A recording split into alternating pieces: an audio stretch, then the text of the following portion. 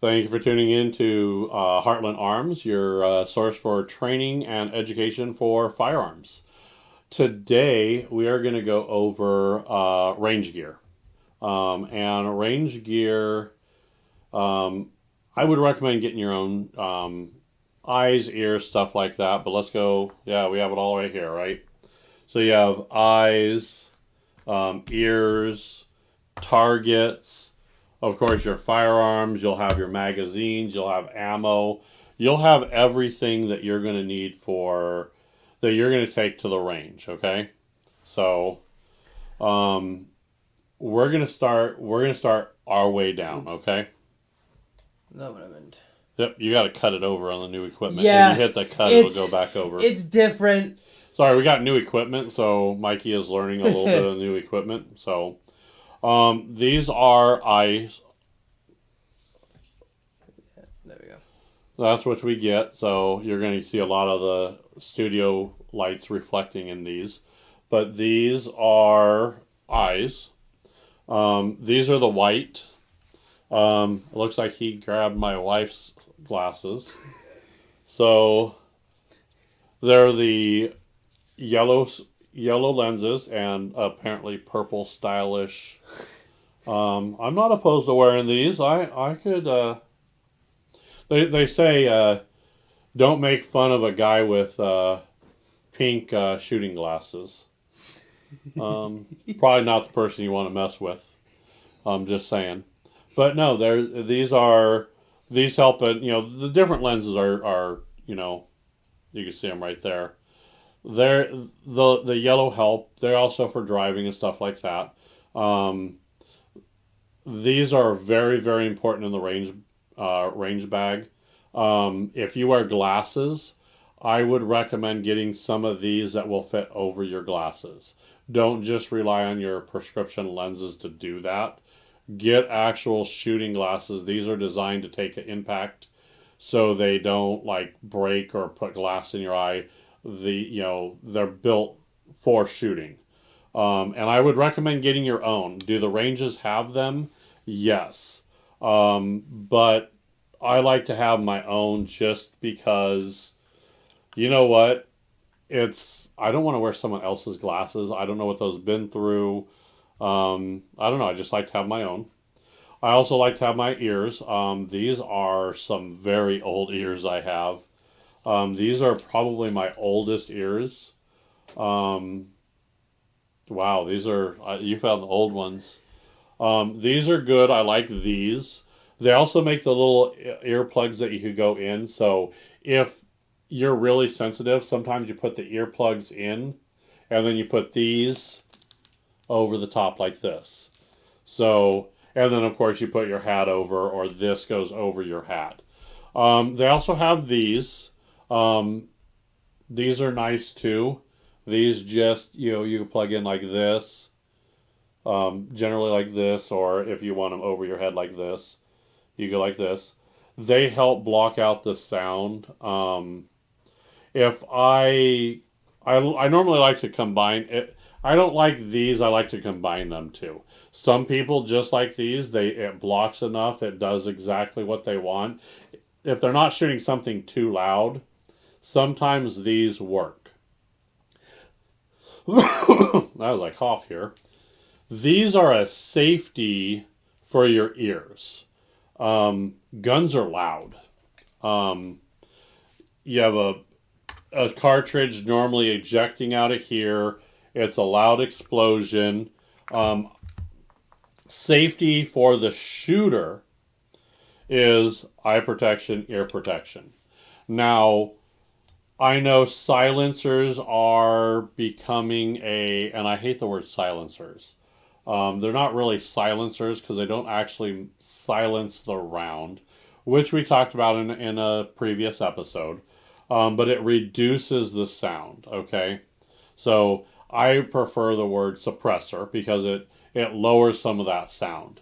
Now, even when with a suppressor, I would still recommend wearing ears.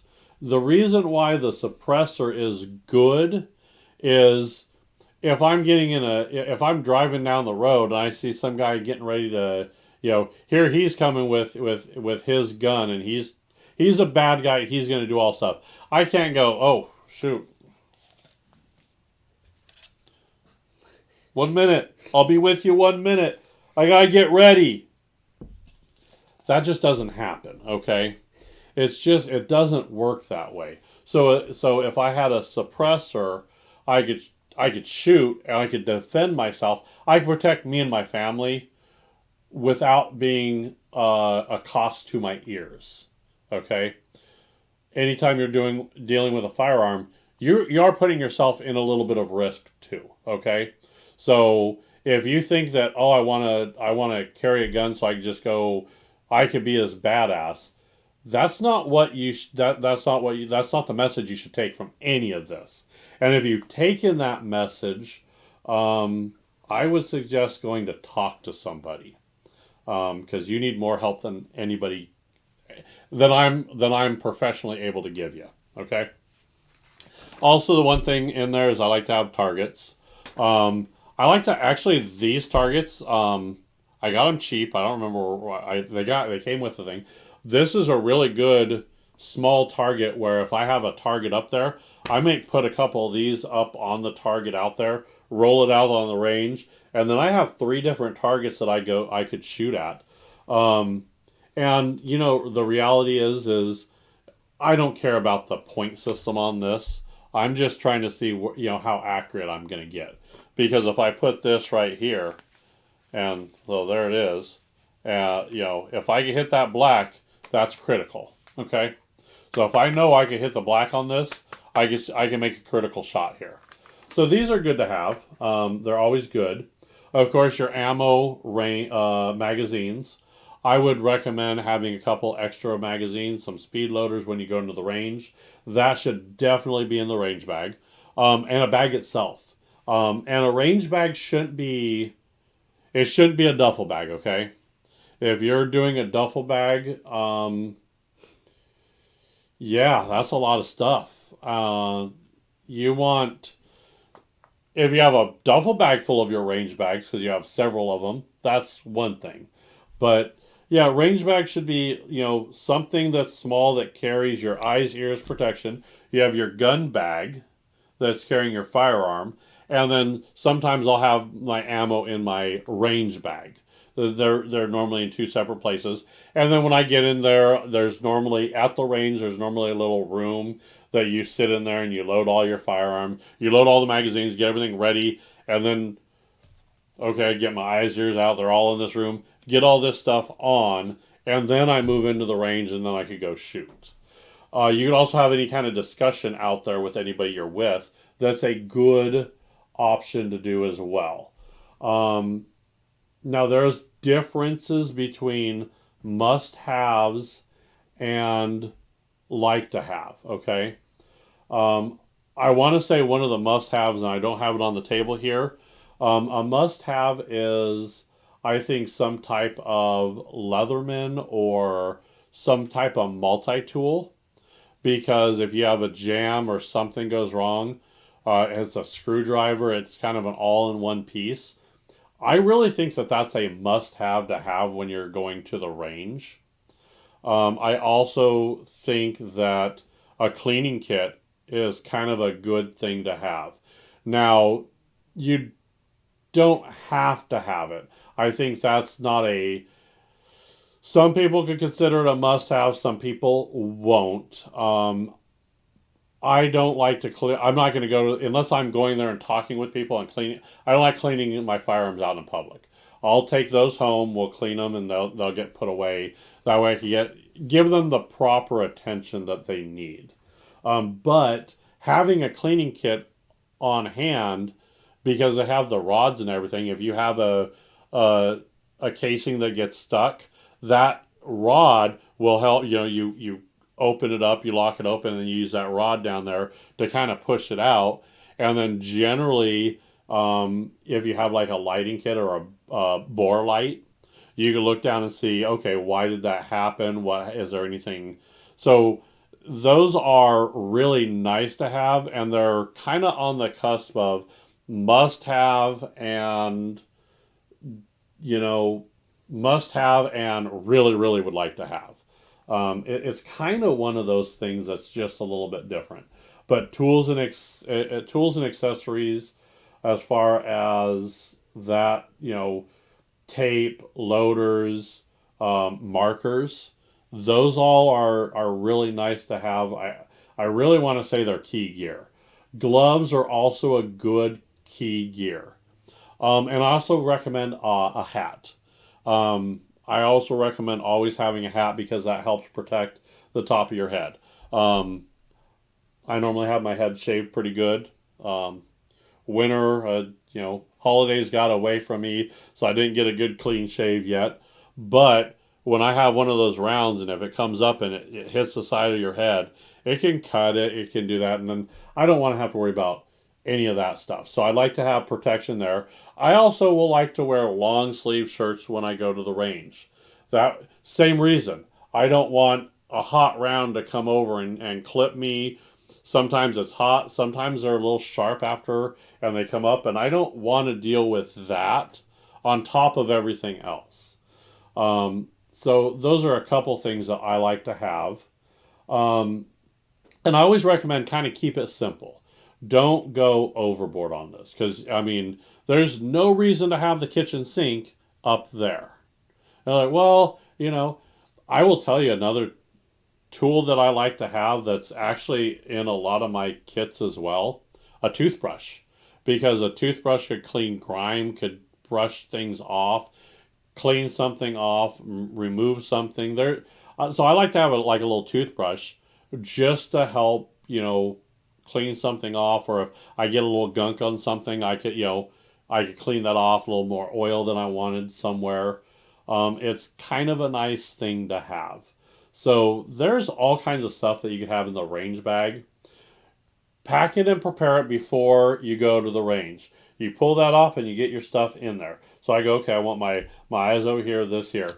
You don't want to just throw it in there because if you have eyes in there, you don't want to. I don't want to scratch these up. So now when I'm shooting, there's a big scratch in there.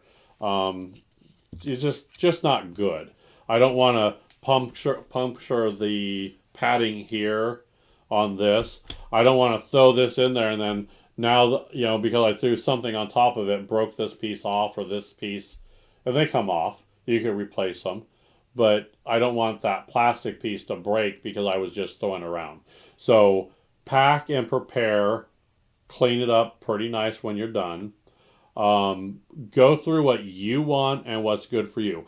And I have a different range bag that I take for handguns than I do rifles because I might have a rifle kit or a rifle tool for something like that. So always keep that in mind when you're going through there. It a solid kit will make your range a lot better, especially if you're going with somebody. And I have enough. Like I said, these are my wife's. I think these are an old pair of mine. Um, so I have a couple, and I'll throw. So when my son goes with me, I'm like, I'll have a couple glasses for him. So I might have a range bag for me, and then I have a slightly bigger one if I'm going with somebody, and then I may have two bags if I'm going with several people, because I might be bringing stuff for them or helping them. Unfortunately, when you become a range guy, that's kind of what happens. Is when something goes wrong, they come to you. Um, which is why I don't like going to shoot with too many people because when something goes wrong, I end up fixing more on the range or looking at something or teaching somebody how to do something more than I actually go shooting anymore. And it's kind of, I'm okay with it because if I'm going to the range, I'm okay with that. But don't, if you know me and you say, and I tell you, hey, I went to the range, and you come to me and say, hey, why didn't you tell me? I'd have gone with you. Understand from my perspective, sometimes I like to go alone. Sometimes I like to do that alone so I could focus on me. I could focus on my skills and I could focus on what I'm doing and not have anybody there that I might have to help, or even if it's a seasoned person, you get kind of carried away. You kind of say, "Oh yeah, and then you're trying their farm, you're trying theirs, back and forth. Hey, I like your eye. I hate to say it, but sometimes I like that to be me time. So that's my therapy. And I sometimes I don't like to go to group therapy. Okay, so no offense, it's the way I am. If you like what I do, like what I say, make sure you like, subscribe, and follow. We need all the help we can get. We're still a semi new channel, so trying to get followers and trying to get people to around to our channel on all our social media with the algorithm the way it is kind of difficult. So make sure you like, subscribe, and make sure you pack that range bag good, and we'll see you on the range.